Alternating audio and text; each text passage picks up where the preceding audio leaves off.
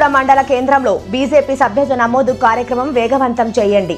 జాడి రామరాజు నేత సెప్టెంబర్ 12 గురువారం రోజున కొత్తగూడ మండల కేంద్రంలో బీజేపీ పార్టీ మండల అధ్యక్షులు యాదగిరి మురళి అధ్యక్షతన బీజేపీ కార్యకర్తల సమావేశం జరిగింది. ఈ సమావేశంకు ముఖ్య అతిథిగా పాల్గొన్న బీజేపీ దళిత మోర్చా రాష్ట్ర అధికార ప్రతినిధి కొత్తగూడ మండల ఇన్ఛార్జి డాక్టర్ జాడి రామరాజు నేత సభ్యత్వ నమోదు కార్యక్రమం ప్రారంభించారు. అనంతరం దుర్గారాం గ్రామం నుండి నరేండ్ల విజయ్ బీజేపీ పార్టీలోకి చేరిక అయినారు.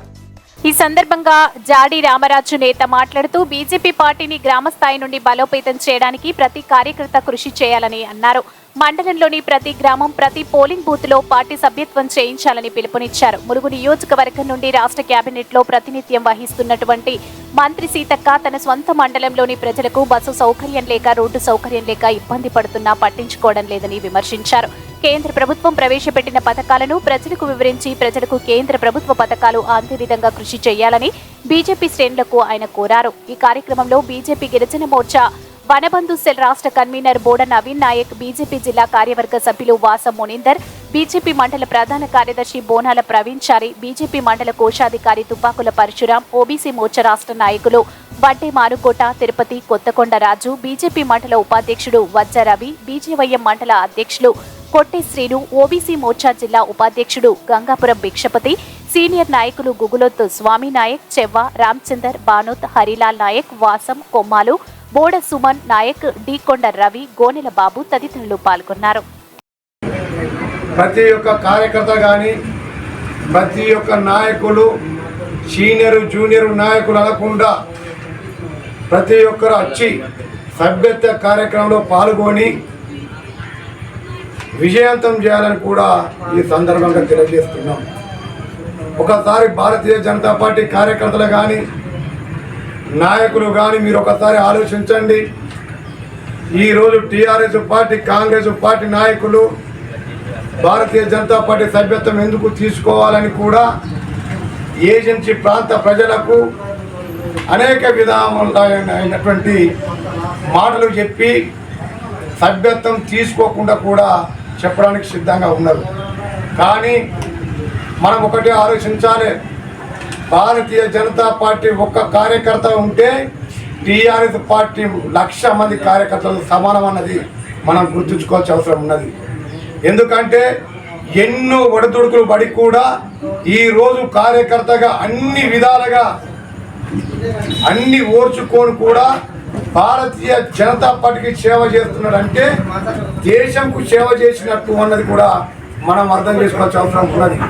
అందుకే మనం చెప్పాల్సిన అవసరం ఒకటి, దేశం కోసం త్యాగం చేసే పార్టీ ఏదైనా ఉన్నది అంటే అది భారతీయ జనతా పార్టీని కూడా మనం ప్రజలకు కానీ, యువకులకు కానీ సభ్యతలు చేసుకునే వారికి చెప్పాల్సిన అవసరం ఉన్నది. అదే కాదు మిత్రులారా, మీరు ఒకసారి ఆలోచించండి.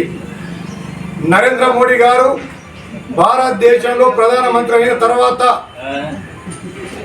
అనేక సంక్షేమ ఫలాలు ప్రతి ఒక్క పల్లెకు, ప్రతి ఒక్క కులానికి, మతానికి ఎవరికైనా అందాలన్న ఆలోచనతో ముద్రా లోన్స్ కావచ్చు, పిఎంఈజీపీ లోన్స్ కావచ్చు, పిఎం విశ్వకర్మ కావచ్చు, రైతులకు కూడా ఇక్కడ కూడా రైతు సంక్షేమ పథకాలు అనేక ప్రదేశాలు పెట్టినప్పటికీ కూడా ఇక్కడ ఉన్నటువంటి ప్రాంతీయ పార్టీ నాయకులు భారతీయ జనతా పార్టీ పెట్టిన స్కీములు అమలు చేస్తే ఇక్కడ కాంగ్రెస్ పార్టీ కానీ, టీఆర్ఎస్ పార్టీ కానీ మనగడ ఉన్నది అన్న ఆలోచనతోని కేంద్ర ప్రభుత్వం ప్రవేశపెట్టిన పథకాలని మన రాష్ట్రంలో అమలు చేయకపోవడం బాధాకరమని కూడా ఈ సందర్భంగా తెలియజేస్తున్నా.